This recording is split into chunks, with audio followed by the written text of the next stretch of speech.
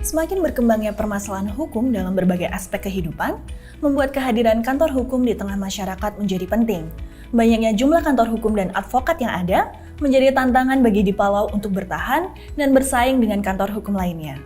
Memberikan layanan hukum dengan berpegang pada prinsip profesional, kehati-hatian, kejujuran, dan transparansi, serta mengutamakan layanan hukum berorientasi solusi terbaik, menjadi cita-cita sekaligus prinsip hadirnya Di Palau bagi masyarakat di Indonesia. Perkenalkan, nama saya Budi Prasetyo. Saya merupakan pendiri sekaligus manajer partner dari Di Palau. Saat ini Di Palau berfokus pada layanan advokat dan konsultan hukum. Kami memiliki anggota tim 79 orang, baik itu terdiri dari manajer partner, associate, junior associate maupun staf pendukung lainnya.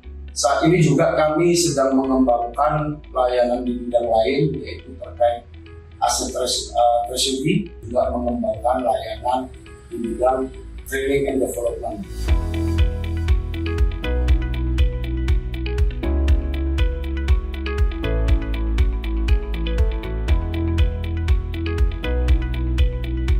Belum adanya struktur organisasi yang menjabarkan hubungan fungsi, instruksi, dan koordinasi, serta pembagian tugas dan tanggung jawab membuat adanya inefisiensi pada komunikasi, kolaborasi, dan kinerja Di Palau.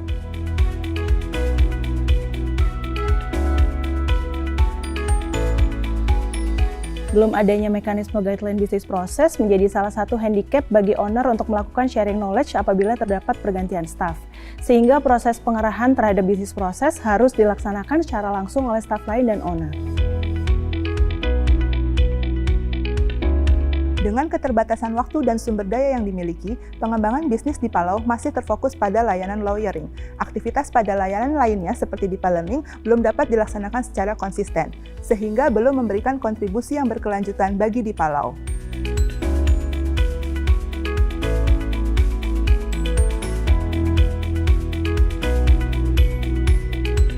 Di Palau memiliki keterbatasan dalam melakukan pemasaran, di mana terdapat kode etik yang tidak memperkenankan advokat untuk melakukan iklan di media massa yang bertujuan mencari publisitas berlebihan terkait perkara yang ditanganinya, sehingga perlu ditemukan metode pemasaran yang tepat untuk memperluas jaringan.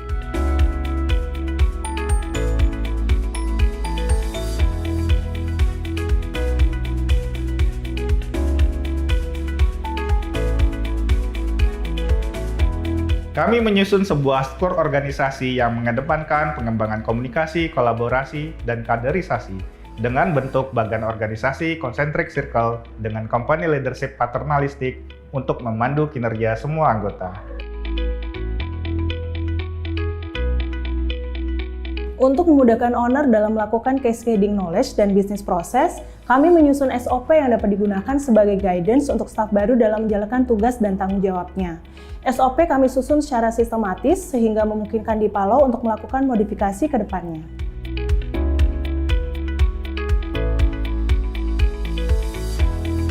Sebagai panduan pengembangan Dipa Learning, kami mengajukan bisnis plan yang terfokus pada pendidikan non-formal kepailitan.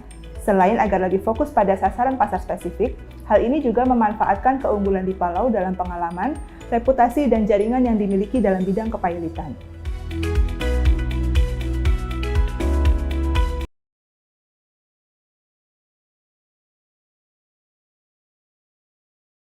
Contohnya dengan pengembangan akun LinkedIn perusahaan, mengingat LinkedIn merupakan media sosial bagi komunitas profesional, sehingga Di Palau dapat memperluas jaringannya ke perusahaan-perusahaan yang ada di Indonesia. Dalam pengelolaan serta pengembangan kantor hukum Di Palau secara profesional, tentunya kami banyak mengalami rintangan serta hambatan yang sangat menanti. Namun demikian, berdiskusi dengan teman-teman dari UGM serta usulan-usulan solusi yang diberikan sangat banyak memberikan alternatif langkah selanjutnya yang dapat kami terapkan. Saya mewakili Di Palau mengucapkan terima kasih yang sebesar-besarnya terhadap program immersion dari UGM. Kegiatan ini kami rasakan sangat bermanfaat dan memberikan kontribusi yang nyata bagi kantor ini. Kami berharap semoga kerjasama seperti ini dapat diterapkan atau dapat berlanjut untuk ke depannya.